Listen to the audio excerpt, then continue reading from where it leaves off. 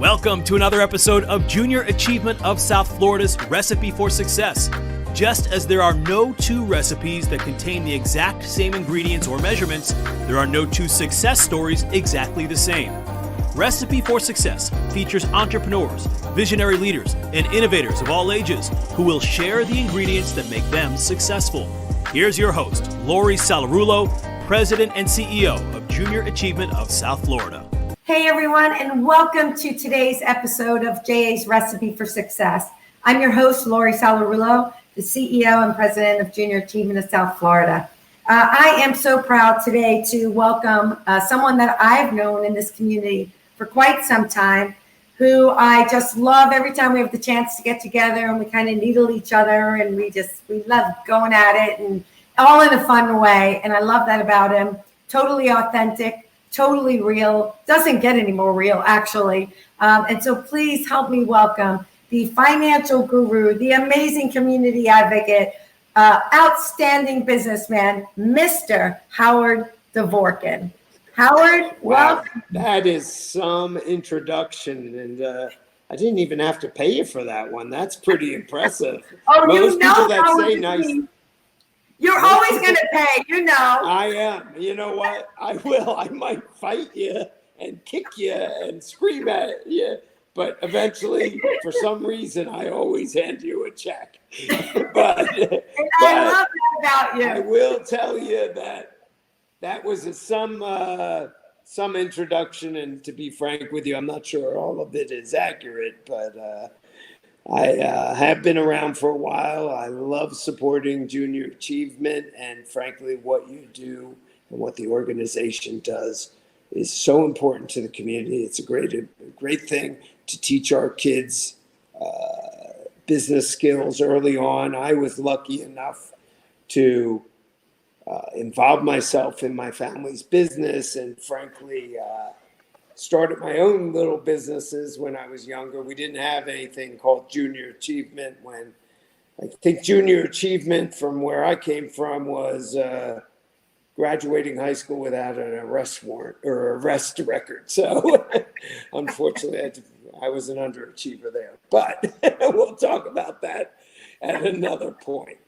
But I will tell you that what you guys do is so important because there's so many kids that don't understand that finances really are an intricate part of your life. You have to have certain life skills, and in order to have a successful adult life, you need those financial skills. And you guys are really the only people that have really understood that for many, many years. And I think we are supporters in a very large way for the last 20 years, and we will hopefully be supporters for the next 20 years. So thank you for everything you and your staff does. Thank you. Well, listen, I mean, I think you're absolutely right. I don't think, and today, what we're going through today, right, could not be, that topic could not be more relevant, and those skills could not be more needed. And so I think we're also seeing, we definitely need to prepare our children if we're going to change the cycle, right? And we're going to break down that financial literacy divide, right? Just we talk about the digital divide, but there's truly a financial literacy divide in this country as well. And your companies, Consolidated Credit and Debt.com, are dealing with people who didn't have those skills, who got into debt, and helping them to recover from that.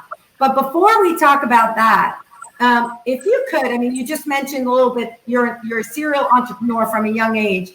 You know, maybe just give us one or two pivotal moments in your life that brought you to what you're doing today. Sure.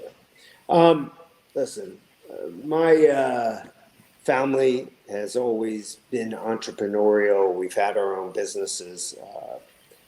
And I will tell you, and I always joke about it, I never played organized sports until high school when I decided I wanted to play football and become the middle linebacker. And maybe getting hit in the head so many times would describe there is a good reason for my erratic behavior at times. However, it also shows that I'm pretty tough and I don't give up and I keep swinging.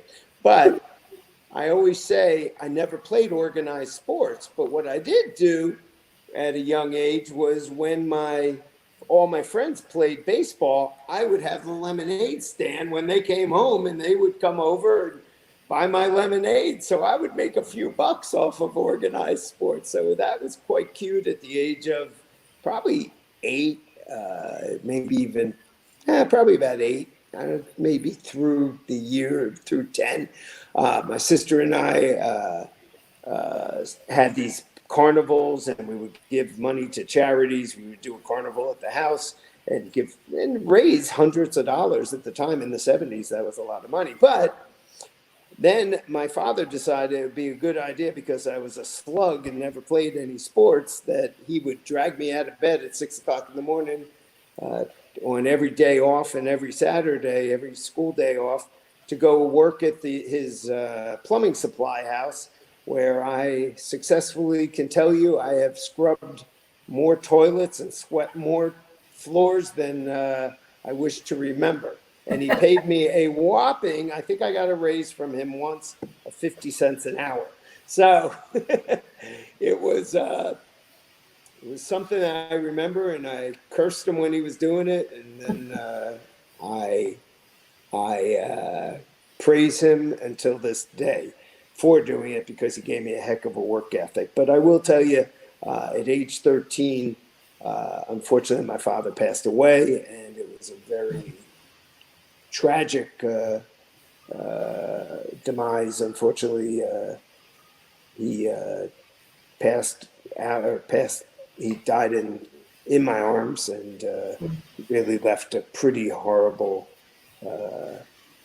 I was in a bad place for a lot of years, and frankly, did a lot of things that I probably wasn't proud of. But I learned my lessons. I learned who to hang out with and to better myself. And frankly, at the age of probably 16 to 17, I said, I got to go in a different direction, or my life is going to be very, very not so bright. So I took those lessons, that toughness, and got an education at a pretty good school, and started working as a CPA for a national firm in Washington, D.C., and transferred down to Florida, and frankly, never looked back. And at the ripe old age of, I forget what it was, 26 or 27, started a business at my kitchen table, where all great businesses are started. And that business turned into what is now Consolidated Credit, which is the largest credit counseling agency in the world. Wow. With almost $5 billion under management and hundreds of employees. With that, I kind of got bored, because I am a good strategy guy, but I like growing and I like starting new things. It's part of my nature. I don't like day-to-day operations, so I decided to expand into other businesses, and we grew those other businesses to include 9 other businesses with about 700 people currently employed by those businesses. Debt.com is one of them, which, of course, I have the shirt and I'm always promoting. Actually, it was my only clean shirt today, but it's funny. You go into my closet and I have a shirt for every company and companies that we sold, and I'm like, didn't we sell that one? And didn't this one not work out so well? So but that's a good point, right? For our young entrepreneurs, especially, that not every company you start or buy goes well. No. And it's funny, because the first 15 years of my life, or actually the first 20 years, I never had a loser, because I was too damn stubborn to fail. And frankly, it all revolved around this debt relief space. And frankly, I just made it work, and I kept swinging and swinging and swinging until it worked. And frankly, I could probably tell you that if I had the time and the energy, every business would work, as long as you are persistent. The problem is that personally, my time is diluted And every time we start a new venture, it gets more diluted and my focus gets diluted. So my career has been interesting. So we have 9 companies, anywhere from Debt.com to a finance company to a magazine business to a benefits company to an aeronautics business. I'm also chairman of a public company, which that's a whole story in itself. We'll do another show on that one. We'll do another story. We'll do another show on that. But actually, it's been a heck of a ride. And also our charitable endeavors. And by the way, I could never, ever do what I've done. And nobody can without a good team behind them. I mean, it's not me. I'm not the smartest guy in the world. I'm a street kid from New Jersey that is smart enough to hire smart people around him. Every senior person I have is better than me, smarter than me. And they make me look good, because without them, this all doesn't happen. It all doesn't work. I have unbelievably loyal, great people around me that, frankly, we have a fun environment collectively. You always have to have fun and laugh, and you got to be able to laugh at yourself. A lot of CEOs and folks in positions don't take the time to realize and remember where they came from. And I am a little outspoken at times, and frankly, most people know where I stand. At the end of the day, I just want to do good, be helpful, and have a lot of fun doing it. So that's the story I'm sticking with. I got it. It's like I was reading a little bit about your bio, and it said, "No retreat, no surrender." Your favorite words from your favorite song with Bruce Springsteen. And when I listen to your ingredients, right, they're all so connected to that. So I could certainly understand why. And you talked about toughness and vision. And I love this one, too stubborn to fail, right? I love that, right? Just never giving up, because you can do it. So it's easy to say I quit. It's not easy to say when the world is coming around, falling to pieces around you, to stand up and say, we're going to make it through and we're going to be successful. And, right now we're in a time of a pandemic. I mean, listen, I got an MBA. I must have missed that class or something. They didn't teach us how to deal with a pandemic in grad school. I must have either been showed up to the class late or maybe missed that one. But yeah, this is all new for a lot of us. And at the end of the day, you got to show leadership. And if you don't show that leadership, people aren't going to follow. And somebody needs to be the bad guy. This country, this community needs to get back to work. And yes, we're all afraid, but unfortunately, sometimes we're in a position where we can't show fear because it might affect others' emotion. And during this event for the 2 months that we were literally out of the office, every Sunday I would write an email, and they were very encouraging emails, and then they got to be a little more serious with the fact that, guys, we got to get back to work or we're not going to have a business to come back to. But at the end of the day, you got to be tough. And listen, if kids are watching, understand it's okay to fall down. And what you got to remember is to pick yourself up, dust yourself off, and keep moving in the positive direction. And do good. Yeah, I love that. Keep moving. So all these amazing ingredients, your company right now, I have to imagine in the thick of what's going on. I can't even imagine. I'm assuming the phones would be ringing off the hook with people who need help right now managing all of this. Because as you said, this is something that young people need to learn when they're younger and then continue to manage throughout their lives. And so great ingredients from you, for your company. I always ask everyone, all those ingredients, right? So I love to cook, you know me, I'm Italian. And so when I make a good gravy on Sunday, the main ingredient is my tomatoes, right? What is Howard Dvorkin's main ingredient? Hard work. As I tell my two children, they're very bright kids, I said, there's always going to be somebody smarter than you. There's always going to be a better athlete. There's always going to be somebody with the right ingredients. But the only way to level the playing field is outwork them. It's not that I'm so smart, and I'm not.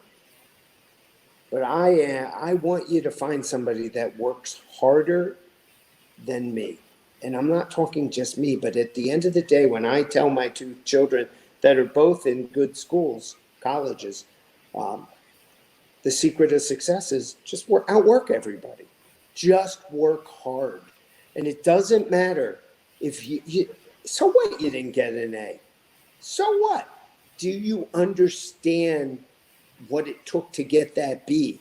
And by the way, B's are okay. B's are good.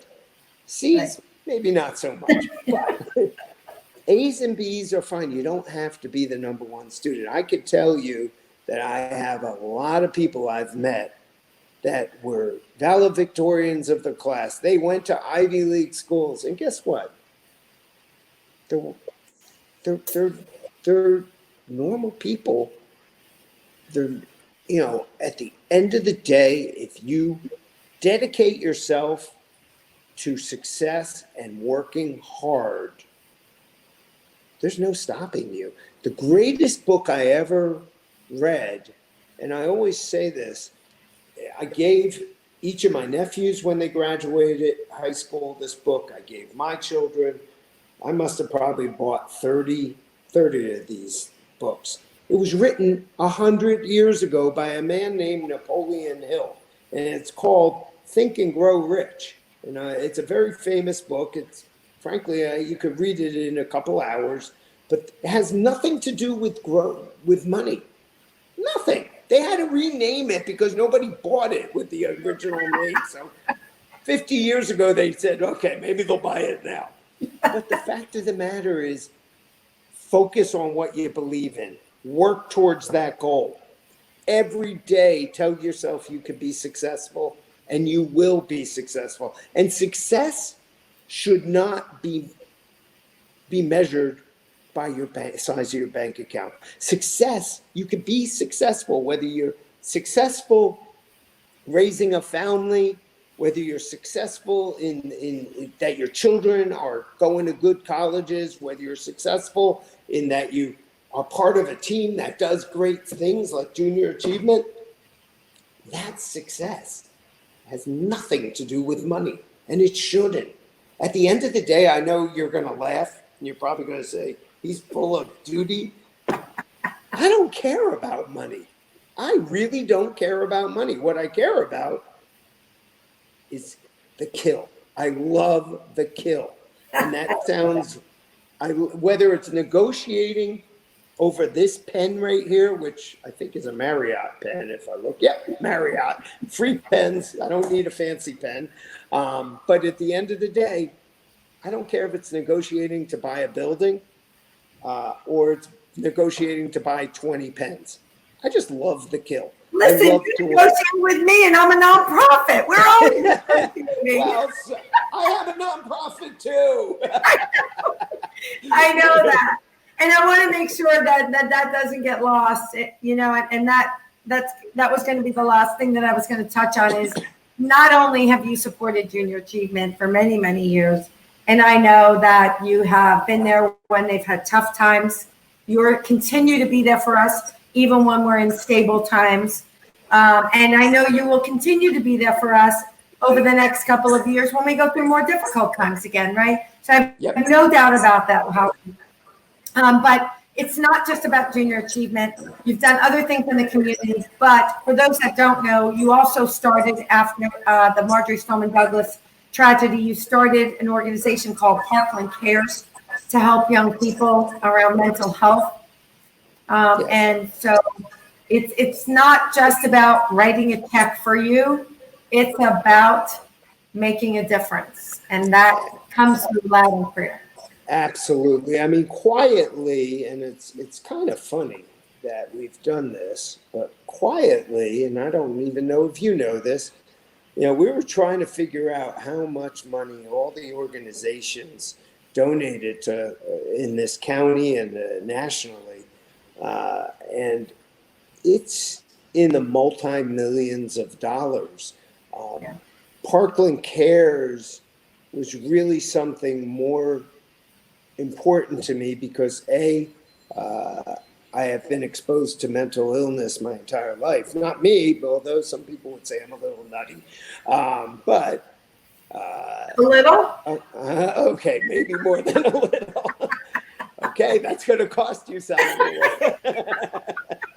But I will tell you that, the night of that tragedy, I looked at my two kids and my wife, and we were having dinner, and I just lost it. And all of us were just in tears. And I said, we have the ability to make a difference. We have the talent to make a difference. And this is what we're doing.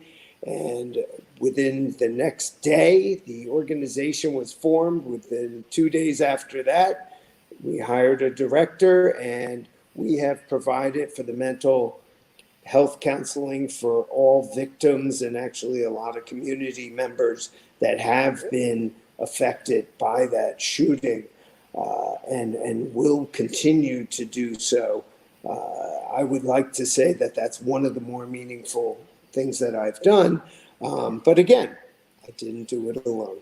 I hired, we brought in a lot of people from the community, and clearly those people have worked hard, and they were the right people, and we've had some fun doing it. But at the end of the day, no matter what you do, you have to give back to the community. You can, when you look back, and you can have the biggest bank account, but it doesn't matter. At the end of the day, you have to go through and use your skills for other things than just making money. I will tell you that, Debt.com, which is the company that I'm working with and growing and started, it's been a blessing because I actually love doing it. And don't tell my board, but I would probably work for free if they didn't want to pay me, because at the end of the day, we turn around and help people. And you can do well while doing good. And that's a hard combination in life. Do well while doing good, meaning you can make money while still doing good for people. Selling them coffee mugs like this, I'm not sure what good that's going to do, but basically helping people find a path out of debt and keeping them out of debt is an incredible thing. But also hiring the people that we've hired and taking people that really didn't have much of a career chance and giving them the opportunities. To me, I have seen people come in at minimum wage, and now they're making six-figure salaries. To me, that's what it's all about. Yep, that's the legacy, right? When we're laying on that deathbed, it won't matter, about any awards or whatever. But what will matter is whose lives and how many lives. Except the Hall of Fame award. Except the Hall of Junior Achievement. Of course, you love that award. I love that award. By the way, I think I was at the time one of the youngest recipients of that award. And we didn't get to have it.